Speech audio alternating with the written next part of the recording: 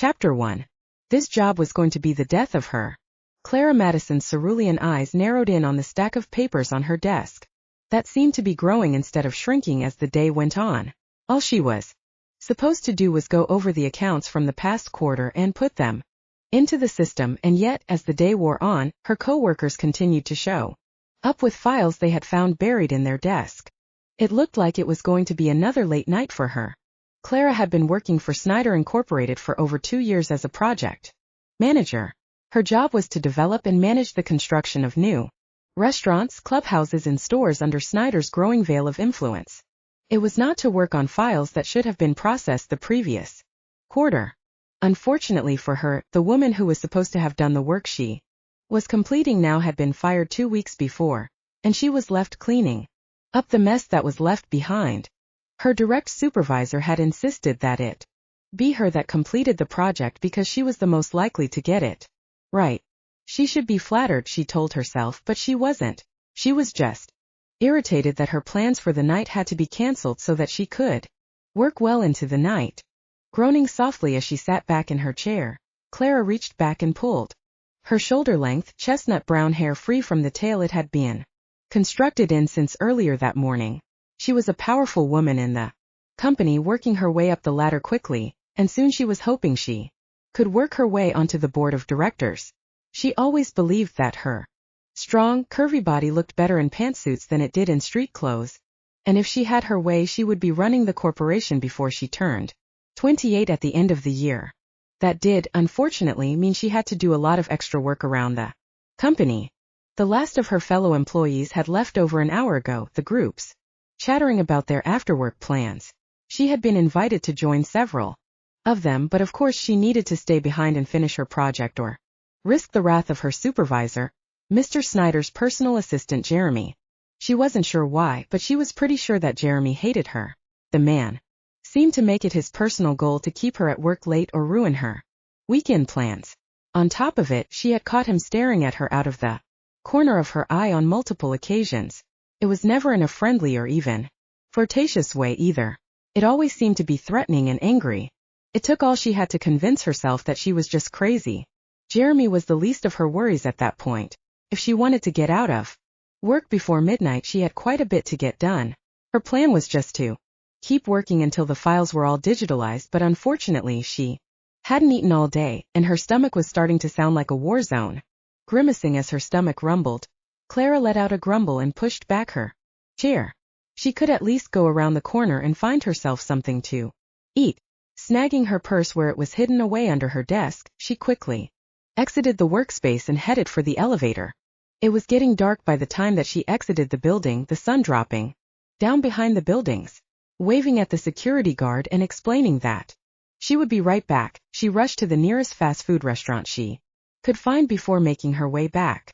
The moon had risen completely behind her, and a cool breeze moved through the street, making Clara wish she had thought to bring her coat. Grimacing, Clara made her way up to the front doors, only to hesitate when she thought she could make out a shape trotting through the halls inside. Moving closer, she felt her eyes go wide when she saw the shape disappearing down another hall. It looked like a dog of some sort, probably a stray, but how had it gotten past the fences and into the building? What in the world? She whispered, slowly pressing open the doors. Holding her bags close to her chest, she moved into the deserted building once more. Hello, she called, making her way down the hall where she had seen the dog disappear. Maybe she was just seeing things. After all, if there was a dog in the building, that would mean that someone would have had to let it in. Otherwise, there was no way that it could manage to not only sneak past the guard but also pull open the doors and move inside without anyone noticing. Maybe it was somebody's pet that they snuck into the building but somehow got loose? She doubted it, though. The only time she'd ever seen an animal brought into the building was a kitten that had been too small to be left at home alone. The woman who had brought it in had even gotten special permission to keep the kitten at her desk. A sudden crash left Clara whirling. Gasping as she quickly located the room that it came from, she bit her lip and slowly moved towards the open door. Peering inside, she felt her eyes widen as she spotted a massive, wolf-like dog pulling open one of the filing cabinets with his teeth before starting to paw through the papers inside. That wasn't normal. Something was going on here and she didn't like it one bit. She had to go tell the security guard that there was some sort of demon dog going through their files. Her eyes wide, Clara reached out and pulled the door shut, locking it just as the beast whirled around in confusion. Rushing away as the dog leaped for the door and started to shake at the lock, she quickly moved to go find the security guard. He would be able to do something about the beast. Chapter 2. Did you see what kind of dog it was? The security guard questioned, moving into the building with Clara at his heels. I didn't really stick around to find out. It looked like some sort of wolf. It was so big, the woman grumbled, moving over to the door that the dog was behind and waiting for the security guard to pull out his keys to unlock it. Well, whatever kind of dog it is, I hope it's friendly. I really don't want to have to call animal control, the guard explained, peeking in through the glass to try and spot the beast. I mean, they're not as fun to talk to as you think they would be. Last time I called one, they gave me a lecture on raccoons, because I had to have one removed from an air duct, he pointed out, dramatically, unlocking the door and peering inside. Do you see it? Clara whispered, only to squeak when the door swung open and a man was revealed standing in the doorframe. Both of them stumbled back in confusion, their eyes locked onto the amused-looking form. I'm sorry, did I startle you? The man asked, flicking on the light in the room with a smile. I was looking around in here for some files, and the next thing I knew I was locked inside. He sighed, his dark chocolate eyes sparkling with amusement at the shock on both Clara and the guard's face. Mr. Snyder, the guard gasped, his eyes huge as he seemed to recognize the man in front of him. Instantly Clara felt her heart sink in her chest. Not only had she apparently mistaken a man for a dog, but she had also managed to lock her boss in a storage room. The CEO of the company was standing in front of her, and she was pretty sure that she was either going to throw up or faint. There was a dog in here, Clara stuttered, her eyes huge as Mr. Snyder and the guard exchanged glances. I believe you might have just seen my back while I was crouched over, Mr. Snyder pointed out, his eyes slowly sliding over Clara's form with a discerning look. Of course I'm not upset. If I thought I saw a dog, I wouldn't want it running around the building. He laughed, smiling at the guard and waving him off. Have a good night, Charlie. I'll see you tomorrow. He winked. Of course, Mr. Snyder. The guard nodded, rushing away and leaving Clara alone with the CEO. Listen, Mr. Snyder, I didn't. Clara started, flushing when the man lifted up a hand to silence her. Please, my name is Nathaniel, but you can call me Nate, Nate insisted. Gently, his dark eyes sparkling with amusement as he moved into the hall. Now Miss Madison, Clara Maddison, Clara managed to squeak out, biting her lip as she was led towards the back exit. I am so sorry that I locked you in the closet. I had no idea that you were in there. I swear I saw a wolf. I must just be exhausted, she stuttered out, terrified that she had just cost herself her job. Clara, calm down. You aren't crazy, and though I have no way of knowing if you are exhausted or not, I can say that you did, in fact, see a dog in that room, Nate pointed out, chuckling when she looked up at him in confusion. Listen, it would be too much for me to explain right now. He sighed softly, gesturing towards his car with a smile. Would you like to join me for drinks? He asked, cocking his head to the side. I would love to, but I have a lot of work that needs to be done by tomorrow, she whispered, biting her lip as he let out a soft hum of disappointment. Well, I suppose that is unfortunate, but fortunately for you, I am your boss, he reminded her, his eyes sparkling with amusement when she blushed and looked away. Now, I'll ask again, would you like to join me for a drink, Clara? He asked sweetly, biting her lip as she looked up at the man. Clara felt her heart flutter in her chest at the sweet, flirtatious look on the man's handsome face. How could she say no to a chance at drinks with the CEO of her company? Besides, she needed to figure out what he was talking about when he said that she had seen a dog. All right, Mr. Nate. She caught herself smiling when he took her arm and led her towards his car.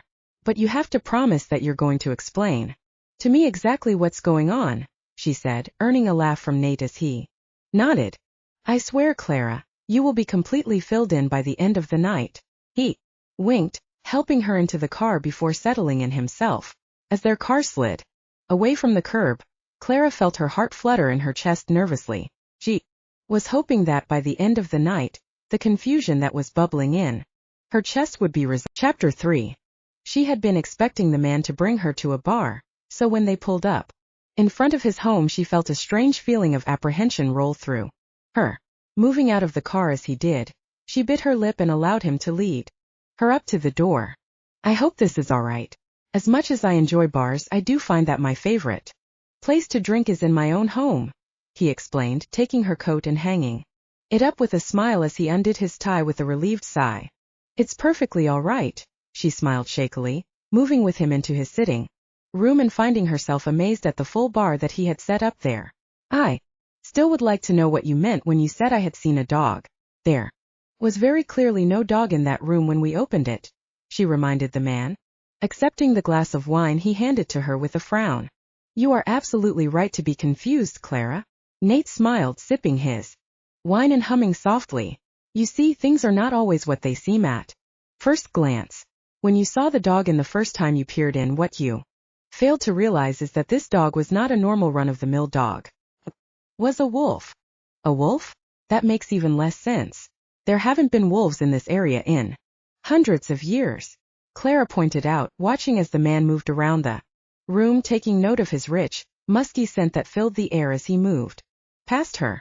You're wrong on that account, he said, sitting down across from her in one of the plush chairs and gesturing for her to join him.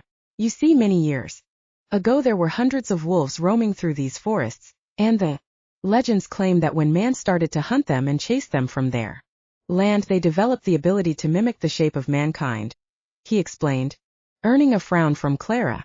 It was obvious to her that the eccentric billionaire in front of her had lost his mind completely. Either that or he was mocking her for calling the guard on him and locking him in a storage room. Either way, she knew that she had no desire to remain in his home. I think I'll stand. Clara attempted to sound nonchalant in the way she spoke, hoping that she didn't come off as ready to jump ship. She had heard one too many horror stories about men luring people into their homes and killing them when they got them alone. Maybe he thought she had seen something that would incriminate him. That would be just her luck. I understand your reluctance to accept the truth. Most people don't.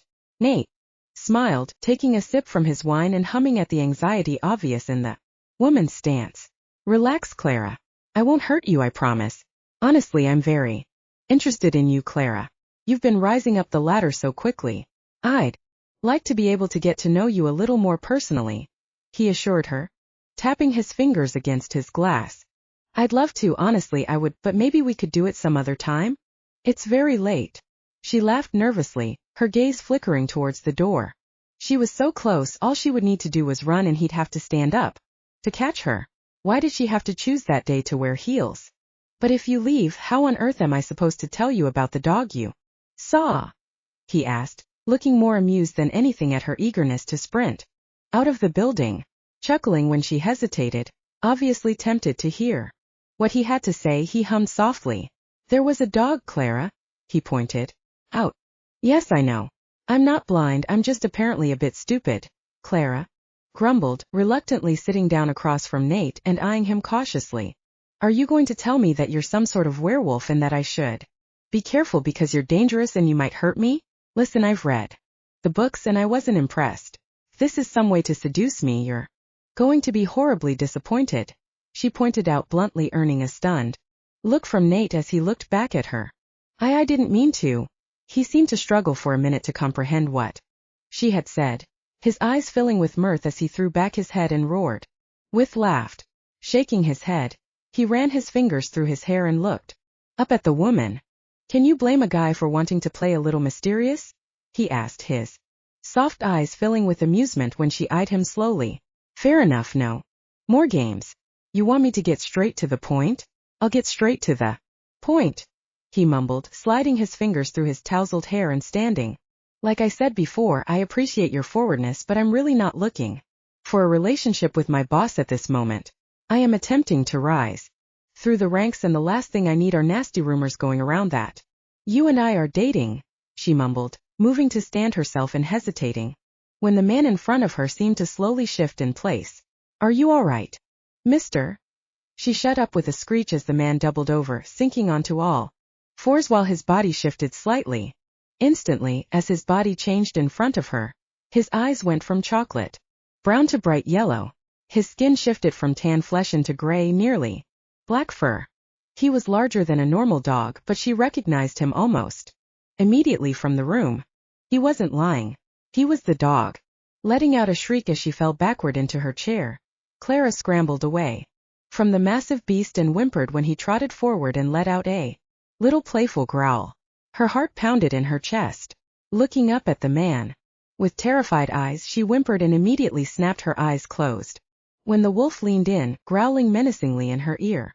"No, no, no, please don't kill me," she sobbed, covering her face with her hands. Just as she was about to scream in fear, she felt her breath hitch when his tongue lightly trailed over her cheek, the feeling not that of a dog's, but instead like a man's. Trembling as she felt a hand slide up to rest on the side of her face, she slowly allowed her eyes to open and whimpered when she recognized Nate's dark chocolate eyes staring back at her. "Sorry, I didn't mean to scare you so badly," Nate whispered, his forehead resting against hers as her vision swam with fear. "Are you all right?" he whispered, trailing his fingers over her cheek. Clara couldn't find words. Her breath was still caught in her throat as she stared back at the man with huge eyes. Shuddering at the amused look on his face, she glared at him and her hand snaked out and slapped him across the face harshly. "What the hell is wrong with you?" she demanded, scooting back as he looked startled and lifted a hand up to his stinging cheek. "You can't just turn into a dog and expect me not to freak out," she snapped, wiping at her still streaming eyes as he looked sheepishly back at her. "Clara, I'm so sorry," he grimaced, sitting down with a sigh and waiting for her to calm down a bit before speaking. "I normally wouldn't have just shown you, but there's something about you that makes me want to trust you." He blushed, looking up at her with sad eyes when she continued to glare at him. Sighing, Clara ran her shaking fingers through her tangled hair, closing her eyes a moment before looking back up at Nate.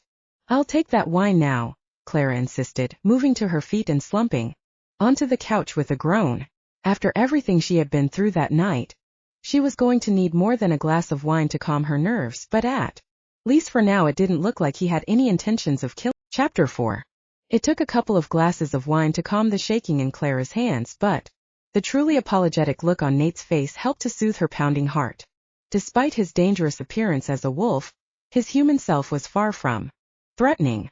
He had some power to him, yes, but nothing that Clara couldn't handle and hadn't dealt with in the past working for such a powerful company. "All right, so let me get this straight," she began, setting her glass down on the table once it was empty while she regarded her boss with sharp blue eyes. "You're some sort of werewolf?" she asked, tapping her fingers against her knee while she stared back at Nate patiently. "Werewolf? No, that would insinuate that I don't have control of my other form. I don't work for the wolf is me," Nate pointed out with a hum, reaching out a hand to show her how his claws could grow out at will before letting them retract back into himself. "I prefer the term shapeshifter, as far more accurate to my condition." "So you're a shapeshifter, all right? Are there other people like you?" Clara asked, still trying to get this new information straight in her head. Nate nodded, glancing up at her and smiling softly. "There's entire communities of people like me who can become different creatures. Some of them wolves, others cats. I've even run into a group that can turn into some sort of deer," Nate explained. "The shifters in this area, though, are mostly wolves and they all work under me." He grinned wickedly, familiar, smug look crawling onto his features. "Work for you? Why?" she asked, raising an eyebrow at his cocky look. "Because I'm their alpha." He laughed, leaning closer and eyeing the woman slowly. "I'm a CEO, a billionaire, and I run the biggest wolf pack in the Americas," he hummed, beaming at the startled look that the woman gave him. "And why are you telling me this?" she asked, her eyes locked onto him as he moved over to the couch and sat beside her. Lifting up her hands in his, Nate smiled as he looked her in the eye. "Because you and I are meant to be," he breathed softly, squeezing her fingers as she looked back at him as though he had lost his mind. "You're meant to be my mate. I know you don't realize it, but you were drawn to work at my company because I was there. It was your destiny to stay late tonight and see me in my true form," he insisted. "You're crazy," she snapped, trying to pull his hands free and squeaking as he pulled her arm forward lightly and rolled back her sleeve, revealing the birthmark that lightly stretched from her sternum down her arm and to her wrist. The mark that had marred her skin for years was slightly darker than her own skin and moved down her forearm in one slender line. It was nothing special as far as she was concerned, but she had never really liked showing it off, so more often than not she preferred to keep it covered. "What are you doing?" she demanded when he rolled up his own sleeve, letting her see the mark that stretched up his own arm. Her eyes went wide when he pressed their arms together. She bit her lip and watched as he slid out of his shirt, smiling when she realized his own mark stretched as far as hers did. "What in the world?" she began to question, only to feel her eyes go wide when the mark started to glow lightly, a dull throb like a second heartbeat flooding across it. Jerking her hand back in confusion, she looked up at the man and felt her own heart flutter when he smiled. "It's called a heart line," he explained softly. "Every shifter is born with them. Sometimes they are meant to be with another shifter, other times there is a human waiting for them out there with a matching mark," he mumbled, taking her hand gently and smiling when her mouth fell open in surprise when she once again felt his heart beat in her mark. "What does that mean, matching mark?" she asked, looking up at him and shuddering at the warmth that flooded through her when his hand slid into hers. He smiled, leaning down and brushing his knuckles across her cheek. "It means that you and I are destined to be together. We're soulmates," he grinned, brushing her hair out of her eyes and smiling when her round cheeks flushed lightly. She wanted desperately to tell him that he was crazy, that there was no such thing as soulmates, but after everything that she had gone through that night, soulmates seemed to be the easiest for her to understand. "I suppose you probably think that means I'm just going to fall into your arms?" she whispered when he leaned in, biting her lip when he slid his hand gently down to rest at the base of her neck. Chuckling, he shook his head, his eyes flashing with adoration. "No, course not, but I would appreciate it," he breathed, smiling when she leaned in before sealing the gap between their lips slowly. The sensation of electricity racing through her body when their lips pressed together was intoxicating. Closing her eyes and tangling her fingers into his hair slowly, she hummed at the feeling of his hand sliding down her side to rest on her hip. Grinning against her lips when she made no move to stop his hands, he pulled her gently into his lap. Humming when he lightly bit her lip, she granted him access into her mouth with a purr, her nails lightly needling at his scalp. When he rolled his hips upward slowly, grinning against his lips, she pulled his bottom lip between her teeth and sucked lightly, her eyes closed as she rolled her hips downwards in response. "You're beautiful," he grinned against her lips, his hand sliding under her shirt to trail over her stomach slowly. A hum left his lips when she started to press heated kisses down his throat, and he slid her shirt up and over her head. "Wanna take this to the bedroom?" she breathed in his ear, lightly trailing her teeth along his earlobe. She didn't have to ask twice. Before she could blink, Nate had her over his shoulder with a broad grin on his face. Laughing, she clutched onto his shoulders, squealing as he rushed into the bedroom. Despite the arousal and excitement that was coursing through her body, Clara was able to make out the features of Nate's room. It was as gorgeous as he was. The bed at the center of the room was covered in cream silk sheets and beautiful navy pillows, and the furniture all looked as lush and comfortable as any five-star hotel she had ever stayed in. Letting him lead her to the bed, Clara looked up at Nate through her lashes and shivered when he leaned down to slide their lips together with a hum. Trailing her fingers shyly over his broad chest, she squeaked when he pinned her against the sheets. It was a nice change to be treated like a princess. Normally men were intimidated by her powerful stature and commanding attitude, but Nate didn't leave her room to overpower him. His body language, as well as his powerful grip on her person, made sure that she understood that he was in control. For the first time in her life, she couldn't find it in herself to be intimidated by this. "You are so beautiful," Nate breathed in her ear, his hand sliding over her body slowly, mapping out every curve with the discerning eye. Blushing lightly, when he reached up and trailed his fingers through her hair, she shivered at the adoring look that he gave her as her chestnut locks tumbled around her face. "Not as beautiful as you," she mumbled, looking down at the growing bulge between his legs and shifting nervously. It had been a while since she had had sex. She had been too busy with work. Catching where the woman's eyes were wandering, Nate laughed softly and pressed his lips gently to the corner of her mouth to draw her attention back, up to his face. Relax. I promise I'm not going to do anything you don't want to do. We'll take it slow if that's what you want, he mumbled sweetly before sliding his hands over her stomach slowly, drawing a shiver from his lover. Now relax. And let me take care of you, he rumbled dominantly in her ear, relaxing against the sheets as her lover slid his fingers under her shirt. Clara's breath caught in her throat softly.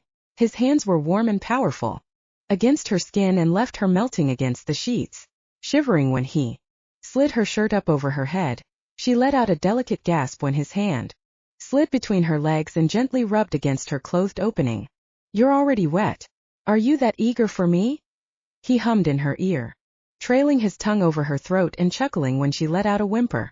At the sensation that rolled through her body, his body was gorgeous and the mark they shared was pulsing powerful waves of pleasure through her body, whining submissively when his powerful body ground down against her own. Clara let her legs fall open completely, exposing herself to his wandering touches. Letting out a satisfied hum, Nate slipped his fingers over the zipper of her pants, slowly sliding down the zipper to reveal the lacy blue underwear that she had chosen that morning. It matches your eyes, Nate grinned, leaning down and sliding their lips together with a laugh, his fingers sliding over her stomach.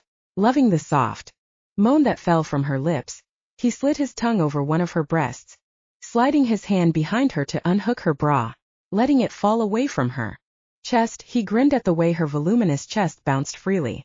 Self-conscious, Clara hid her face in her hands, shuddering as he reached up and gently pried them away from her face. I want to see you, he breathed, leaning in and sliding their lips together sweetly while his hips slowly ground against her own. Nipping at her lip with a growl, the scent that had been driving Clara mad seemed to increase, leaving her hips bucking up to meet his own. Chuckling huskily at her plaintive cry, Nate slipped his fingers between her legs and slowly slid down her panties. Tossing them aside, he growled playfully, sliding down between her legs as she keened. She had never felt so out of control in a situation, her entire body welcoming every touch he provided her with. Gasping when her legs were lifted onto his shoulders, Clara let her head loll back.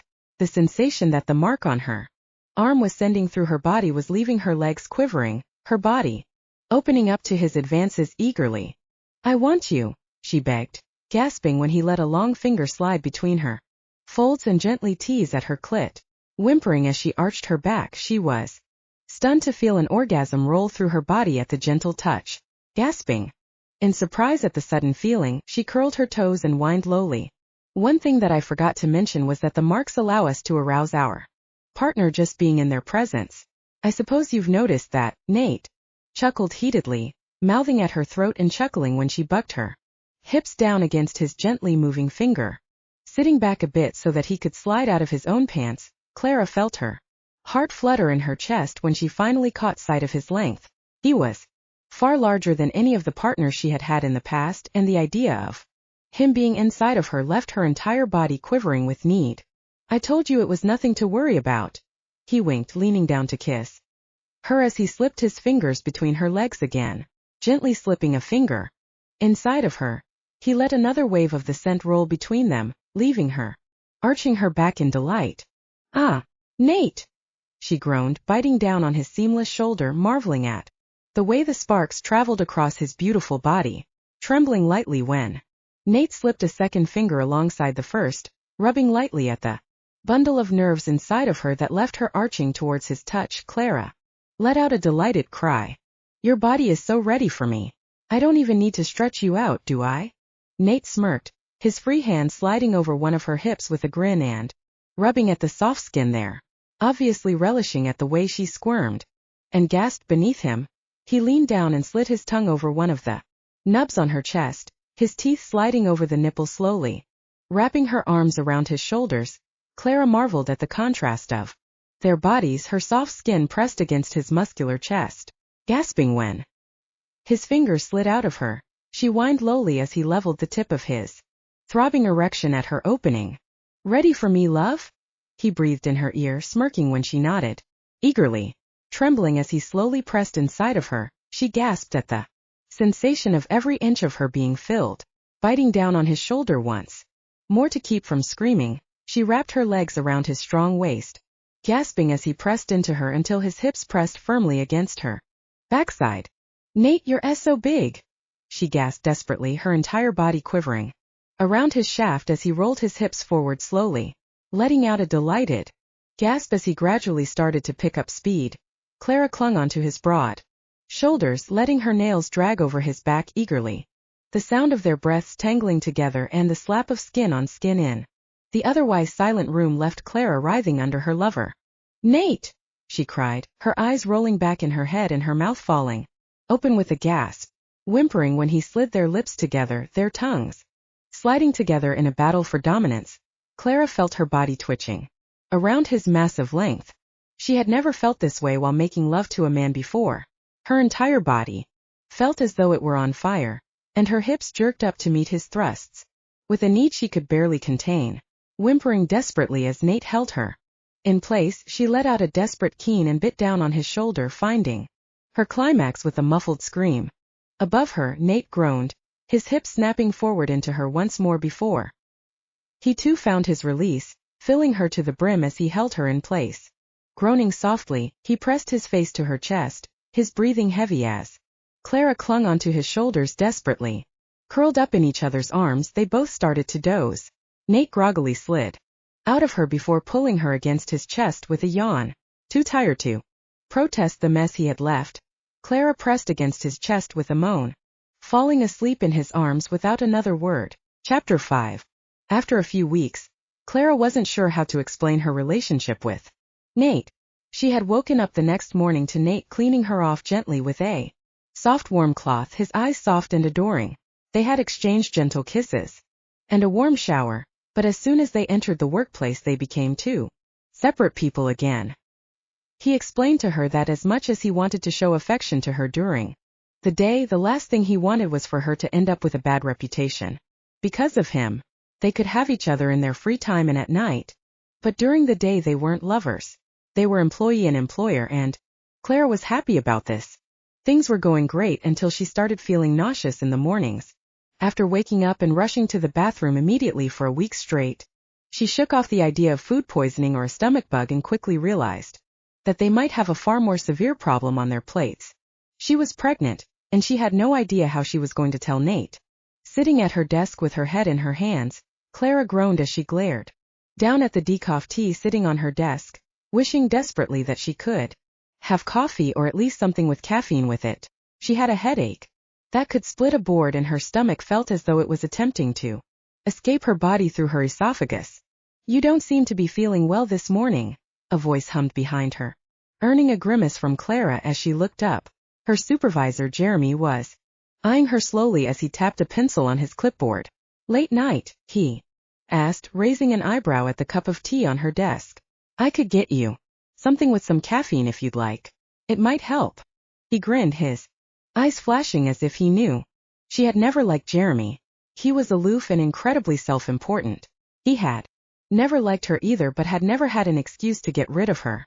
She was good at her job and close to the boss, and as his personal assistant this seemed to infuriate him. "No thank you," she grumbled, forcing a smile onto her lips as she looked up at him. "I'm trying to cut caffeine out of my diet. Healthier for you." She shrugged, her hand unconsciously fluttering to her stomach when she saw the irritated look on his face.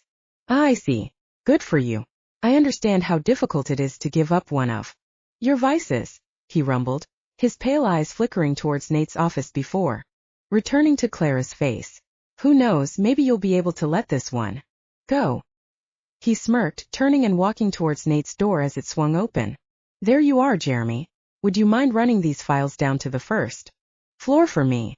Nate asked, handing the man a stack of files before moving over to Clara.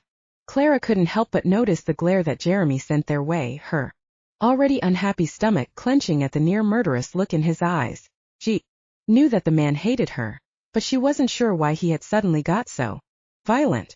"Clara, I got your memo." Nate smiled, meaning the text that she had sent him, saying that they needed to meet up. "Would you like to get lunch and discuss it now?" he asked with a raised eyebrow, resting against her desk with a carefree smile. I don't think I'll be able to eat, but I do need to discuss this, so yes. She nodded, moving to her feet and snagging her purse. Come on, let's go, she whispered to him, ignoring the worried look in her lover's eyes as he followed her into the elevator. Is everything all right? He asked, once they were alone in the small space. His hand reaching out to rest on her cheek, his thumb brushing over her warm cheek gently. Pressing against his warm palm, she hummed softly, reaching up to clutch at his hand gently. Everything is fine, she mumbled. I just have something I need to tell you. That's very important and potentially life-changing. She sighed as he pulled back before the doors opened. Nate looked back at her with a worried expression on his face but said nothing to push the matter. The diner that they selected to eat at to be alone was a bit further away than anyone would normally travel to lunch, but it was quiet and Clara enjoyed everything on the menu. Sitting across from her lover with a sigh, she smiled when Nate's hand gently took her own and his lips pressed against her knuckles. Gently. Tell me what's going on that is so life-changing, Nate ordered, his soft eyes locking onto her own with a concerned look on his features. Sighing softly, Clara lightly squeezed her lover's fingers and ran her fingers through her hair slowly. Nate, I'm pregnant, she mumbled, looking up at the other through her lashes to catch the change of expression on her lover's face. It seemed to take a moment for him to realize exactly what she was saying. His face was frozen in a sort of dazed expression, his mouth hanging open while he fought for the words he needed to say right then. Reaching out to touch his hand, she smiled when she seemed to draw him out of his daze, his eyes fluttering up to meet hers while a smile formed on his face. Sweetie, that's great. He laughed, a beaming smile forming on his lips as he took her hands in his. This is amazing. I mean, this changes a few things. Of course, we're going to have to announce our relationship to the company, but we can figure out the logistics and such later. He grinned, earning a laugh from Clara as she rolled her eyes. I've been applying at a few other corporations, so we don't have to worry too much about a scandal, she explained, laughing when he leaned across the table to kiss her on the lips. We can figure all of this out once you get off maternity leave, he insisted, squeezing her fingers with an adoring look on his face. I just hope that the baby has your looks. He grinned, pressing a kiss to her button nose and earning a soft hum from his lover. I'm just going to be happy if it comes out with all its toes and fingers. She grinned, leaning back with a relieved sigh when he continued to all but bounce in his seat with excitement. Why did I think you were going to be upset? She asked, earning a laugh from the man. Not a clue. I love children. I just wish we could have gotten married first. He lamented, earning a snort from Clara. No marriage until this thing is out of me. The last thing I want to do is try to fit a baby bump into a wedding dress, she insisted, earning a shrug from Nate, who leaned in and kissed her once more. You're my mate. The marriage is just for the press. He winked, cupping her cheek in his palm. I promise everything is going to be just fine, my love, he whispered, rubbing circles on her cheek before pulling back with a sigh. Now what are we going to order? He asked, lifting up the menu. Chapter 6. Clara's hope that Nate would be able to take her home after work was quickly destroyed when she realized after their lunch that the man had meetings that were going to run late. At least she figured she would be able to take a shower and relax before the alpha returned home. Pulling into the garage of Nate's home a few minutes after leaving work, she slid out of her Elantra and locked it behind her. She hated coming home by herself. She could never shake the feeling that someone was watching her, that someone else was there. Pulling her jacket a little further around her shoulders, Clara pushed open the door and slid inside, locking it behind her, letting out a sigh of relief. As she flipped on the lights in the hallway, she moved into their room and settled her purse on the bed. Sliding out of her heels and pantsuit, she pulled on a lacy nightgown and a robe before moving into the kitchen. She hoped that Nate was okay with takeout, because she certainly wasn't feeling like cooking that evening. Nate was usually the cook, and he was pretty good at it. She had a tendency to burn whatever she put in a pan. Chinese or pizza, she mumbled, wondering if she could have Nate swing by and pick up something at another restaurant so she had a broader range of choices. Lifting her cell phone out of her pocket, she felt a shriek fall from her lips as a hand caught her wrist. Kicking and attempting to spin around, she screamed as a hand clamped over her mouth and her body was hefted up into the air by a pair of powerful arms. Kicking and screeching into the hand over her mouth, she let out a sob as she was forced down onto a chair. She felt the man holding her down snap something around her wrists and attach them to the chair arm. "Stop!" she wailed, kicking her legs furiously as the man shoved a gag into her mouth, her eyes huge when she looked up into the eyes of her assailant. "Oh, hush now, Miss Maddison," Jeremy grinned, kneeling beside her and attaching her kicking legs to the chair legs with a chuckle. "There's no need for these theatrics," he hummed, earning a terrified noise from the woman as he eyed her slowly. "Honestly, struggling is just going to wind up hurting your fragile little body, or worse. The poor baby." Clara looked up at the man with a terrified look in her eyes, her body quivering as she looked down at her stomach.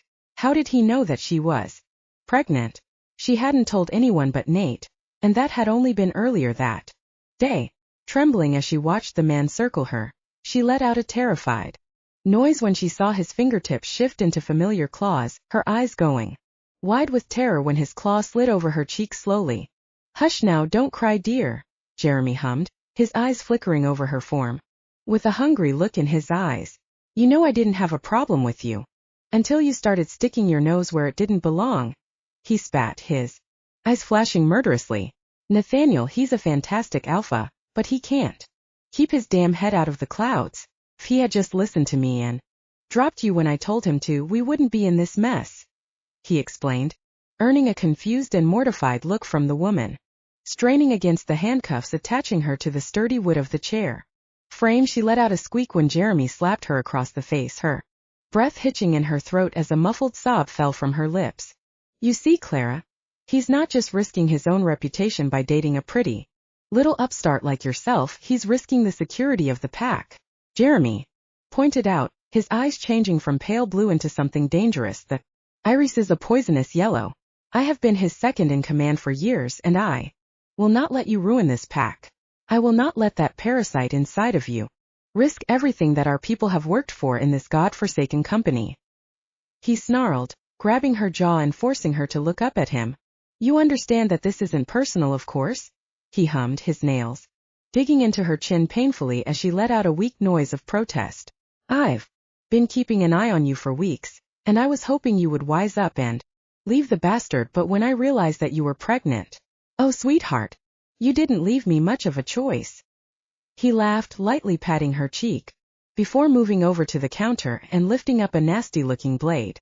Letting out a strangled noise, Clara shook her head and attempted to get her leg free, trembling as he twirled the blade in his hand nonchalantly. This man was going to kill her. He was going to kill her and her unborn child, and Nate was never going to know. "Don't worry, I'll make it painless. No reason to make you suffer for my dear Nathaniel's mistakes, he chuckled, moving closer and trailing the blade over her shoulder slowly, slicing through the silky fabric of her robe easily to reveal the bloodless skin beneath. "It'll be quick, just like ripping off a bandage," he cut off with a roar of pain when her foot broke free from the binding, slamming into his groin and sending her falling backward with a cry. Gasping as she writhed on the floor, she desperately fought to break free. The chair arm had snapped off from the back when she landed, and with her free hand she tore desperately at the straps on her other wrist. Looking up as Jeremy lurched forward, she gasped, slapping his hand away from her and kicking upwards with a muffled shriek. "You bitch!" he roared, attempting to get a hold of her as she writhed and thrashed away from him. She was not going down without a fight. Gasping when he grabbed onto her hair, she yelped and felt her head lurch back. Kicking out with a cry, she managed to kick the blade away, grimacing when the blade cut into the pad of her foot in the process. Panting and livid, Jeremy let out a snarl as he grabbed onto her throat. Lifting her up, he slammed her and what was remaining of the chair against the wall. "Fine. I'll do this the hard way then," he snarled, his nails digging into her throat as she gagged and thrashed in his hold. Her vision swimming, Clara desperately clawed at his hand, her body going numb as she started losing consciousness. Air rushed into her lungs a moment later, landing on the ground with a painful thud. She looked up blearily as Jeremy went flying backward, her breath rasping and weak as she clutched at her throat. Coughing, she rolled over onto her side with a moan and felt hope swell in her chest as she saw Nate looming over a startled-looking Jeremy. "How dare you touch her?" She is my mate, you backstabbing whelp. Nate roared as he threw Jeremy into the table, his eyes flashing as he shifted into his wolf form with a shudder. Dominant and stunning, his massive form loomed over Jeremy with a snarl that sent shudders down Clara's spine. She was going to destroy you. Destroy us. What we've built for our pack. Jeremy stuttered, stumbling away from the wolf as the man moved forward murderously. I was trying to help you, he cried, shifting into a wolf himself and yelping as Nathaniel leaped at him with a hiss of challenge. Clara looked away with a shudder when Jeremy shrieked, her free hand pulling the gag free from her mouth before shakily breaking off the remaining chair on her arm and untying her legs. Moving to her feet with a grunt, she limped into the kitchen and picked up the bag that Jeremy had discarded. Finding the handcuff keys with ease, she shakily undid the cuffs and threw them aside with a shudder. Across the room, she could hear the two wolves snarling and yipping as they bit and clawed at each other. Flinching at the sound of teeth sinking into flesh, she sank down behind the counter with a shudder, snagging onto a dish towel to bind the wound on her foot. Nate would be fine. There was no way he would lose. The fight continued for just a few minutes longer, and with a final shriek and a horrible crunch, the world went silent.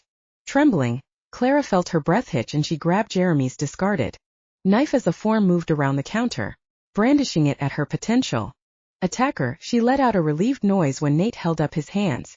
Whoa. Hey, it's okay. It's me, Nate panted, wiping the blood on his face away and waiting until she let the knife clatter to the ground before pulling her into his arms. Are you okay? He rasped, pressing his face to her shoulder and allowing her to crumble into his arms. He was going to kill me, she croaked, shock rolling through her body while his powerful form cradled her to his chest gently, pressing a kiss to the top of her head. Nate nodded, scooping her up into his arms with a shudder. I know he was. I'm so sorry, Clara, he whimpered, carrying her into the bedroom and quickly swaddling her in a blanket. I'm taking you to the hospital. I'll call someone to take care of that bastard.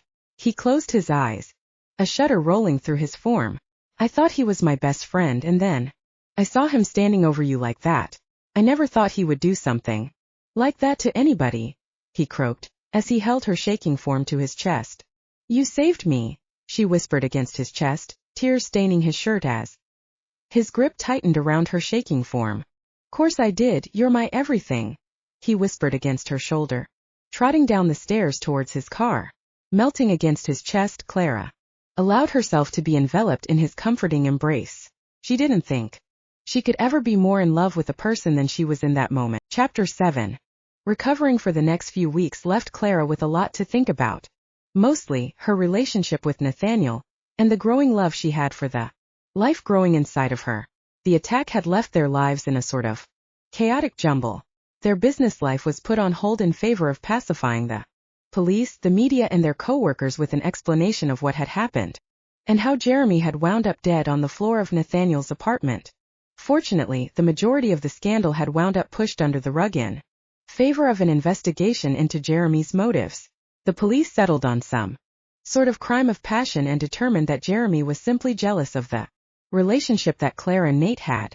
Clara honestly didn't care what they thought. She just wanted things to go back to normal. By the time that the investigation was over and done with, Clara had just reached her 9-month mark.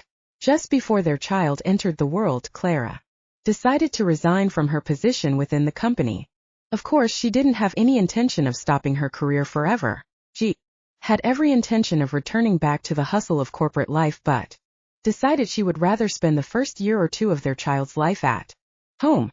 Nate had been reluctant to let her leave the business for so long, but agreed that if he couldn't be at home with the baby, at least she could be. Riley, don't put that in your mouth, hun, Clara scolded, scooping her daughter off the ground with a frown when the baby snagged onto a stick she found on the grass of their backyard. At only 6 months old, the child was already completely mobile. Her father's genes allowed her to progress far more quickly than an average child. This, of course, left Clara needing to give the child far more attention than the average baby required. She didn't mind, of course. The little growls and squeaks that the child let out were endearing, and she couldn't think of a single day that she didn't wake up happy to hold her little girl in her arms. How are my girls this morning? Nate grinned, wrapping his arms around his lover's waist and kissing their daughter's face with a chuckle while she squealed and hid against her mother's shoulder. Just fine. We need to get her something a little sturdier than the baby. Teething rings, though. She keeps destroying them. Clara chuckled as Riley chewed on her own fist with little razor-like teeth. She takes more after you, I think. Nate laughed at this, shaking his head. Wait until she starts randomly changing shape. He grinned, winking at his flustered wife with a laugh. Nonsense, she's got your eyes, your hair. She is very much your little girl, he insisted, kissing Clara's cheek and scooping his daughter into his arms. How about we start lunch, huh? He asked Riley, who let out a babble of excitement and clung onto her father's fingers. Smiling, Clara watched as her lover moved inside, her heart fluttering softly in her chest. She had never thought she'd be so happy living a life like this. She had insisted that she would never get married, let alone have kids, and yet there she was, watching her husband and daughter dance in the kitchen with a warm feeling in her chest. Of course, her life was still far from traditional, she mused, laughing as her husband let out a squeak of pain when the child sank her newly grown teeth into his finger. Shaking her head, she moved inside. Looked like her husband needed her to rescue him, and she was more than happy to do so. On her arm, she could feel the mark that combined her and her mate start to flood with warmth, her eyes sparkling as she moved up to her mate and scooped her child into her arms. Her world was a bit strange, but to her it was